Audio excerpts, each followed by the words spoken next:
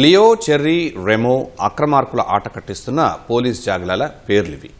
Narcotic కేసులకు Leo, cherry బాంబులు, IED కేసుల శోధనకు రెమో పక్కాగా పనిచేస్తున్నాయి. ఆర్పీఎఫ్, సీబీఐలో శిక్షణ పొందిన ఈ జాగిలాలు గంజాయి నిల్వలు ఎక్కడ ఉన్నా ఇట్టే పట్టేస్తున్నాయి. వీటి పనితనంతో నిందితుల గుండెల్లో రైళ్లు పరిగెడుతున్నాయి. రోడ్డు మార్గం ద్వారా సరుకు తరలిస్తే దొరికిపోతామని భయపడుతున్న నిందితులు ఈ జాగిలాల దెబ్బకు రైళ్లల్లోనూ తరలించేందుకు వణికిపోతున్నారు.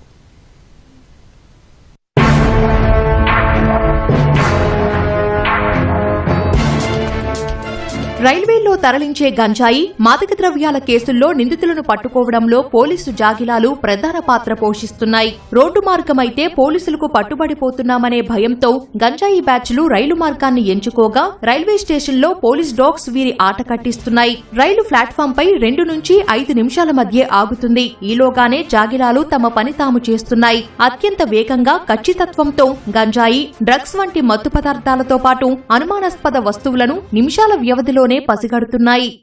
5 నిమిషాల్లో కూడా ప్రయాణికులు కూడా చాలా బిజీగా ఉంటారు. ఎక్కే వాళ్ళు ఎక్కుతారు, దిగే వాళ్ళు దిగుతారు. ప్లస్ జనరల్ కంపార్ట్మెంట్లో అయితే ఫుల్ ప్యాక్డ్గా ఉంటుంది. డాగ్ హ్యాండ్లర్ తీసుకొని లోపల వెళ్ళలేని పరిస్థితులు ఉంటాయి. సో ఛాలెంజెస్ తీసుకుంటే మాకు చాలా ఛాలెంజెస్ ఉన్నాయి. మనకు టైం ఎక్కువసేపు ఆపడానికి లేదు. ఏ బ్యాగ్లో ఎవరు దగ్గర ఉందో అనేది గుర్తించడం కూడా చాలా కష్టమవుతుంది. సో అట్లా ఆ విధి నిర్వహణలో డాగ్ లియో మొన్న రీసెంట్గా ఒక 7 బ్యాగ్స్ ఉన్న 3 లేడీస్ వ్యక్తుల దగ్గర సస్పిషియస్గా అక్కడే వెయిట్ చేయడము, తర్వాత ఆర్పీఎఫ్ క్రైమ్ ఇంటెలిజెన్స్ బ్రాంచు మరియు జీఆర్పీ తర్వాత ఆర్పీఎఫ్ పోస్ట్ జాయింట్ ఆపరేషన్లో 30 kgs గాంజా రికవర్ చేశాము. 3 లేడీస్ ఒరిస్సాకి సంబంధించిన వాళ్ళు ఒరిస్సా నుంచి చెన్నైకి తీసుకెళ్తుండగా ఆ దర్యాప్తులో తేలింది. అది వాళ్ళ వెంటనే జీఆర్పీ వాళ్ళు కేసు రిజిస్టర్ చేసి కోర్టులో చేశారు.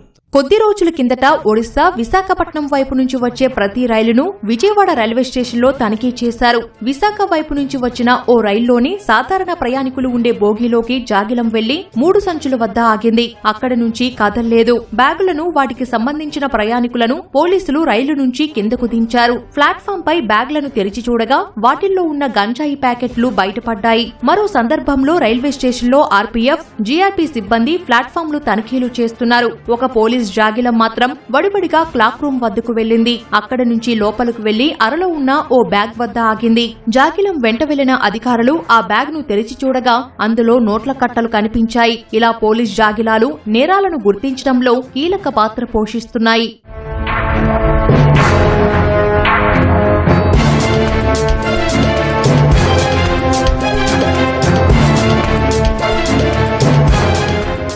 రాష్ట్రంలో విజయవాడ రైల్వే జంక్షన్ నిత్యం ప్రయాణికులతో రద్దీగా ఉంటుంది. నిత్యం వేల మంది ఇక్కడి నుంచి రాకపోకలు సాగిస్తుంటారు. విజయవాడ డివిజన్ కేంద్రంగా పనిచేస్తున్న ఆర్పీఎఫ్ ను బలోపేతం చేయాలని కొన్నాళ్ల క్రితం అధికారులు ప్రతిపాదించారు. ఇందులో భాగంగా 3 జాగిలాలను కొనుగోలు చేశారు. ఈ 3 ఆర్పీఎఫ్ లోని క్రైమ్ ఇంటెలిజెన్స్ బ్రాంచ్ ఆధీనంలో ఉన్నాయి. గంజాయి, మాదక ద్రవ్యాలను వాసన చూసి పసిగట్టడానికి లియో, చెర్రీ జాగిలాలను ఉపయోగిస్తున్నారు. విధ్వంసకర వస్తువులు, పేలుడు స్వభావం కలిగిన పదార్థాలను గుర్తించడానికి రెమో అనే జాగిలాన్ని రంగంలోకి దింపుతున్నారు. ఎక్కువ దూరాలు ప్రయాణించడం కష్టం కాబట్టి వీటిపై భారం పడకుండా విజయవాడతో పాటు రాజమండ్రి, నెల్లూరు స్టేషన్లలోనూ డాగ్ స్క్వాడ్ వ్యవస్థను ఏర్పాటు చేస్తున్నారు. మరికొన్ని రోజుల్లో ఇవి ప్రారంభం కానున్నాయని ఆర్పీఎఫ్ అధికారులు చెప్పారు. సో అతి త్వరలో మనకి 2 చోట్ల కూడా బిల్డింగ్ కూడా శాంక్షన్ అయిపోయింది.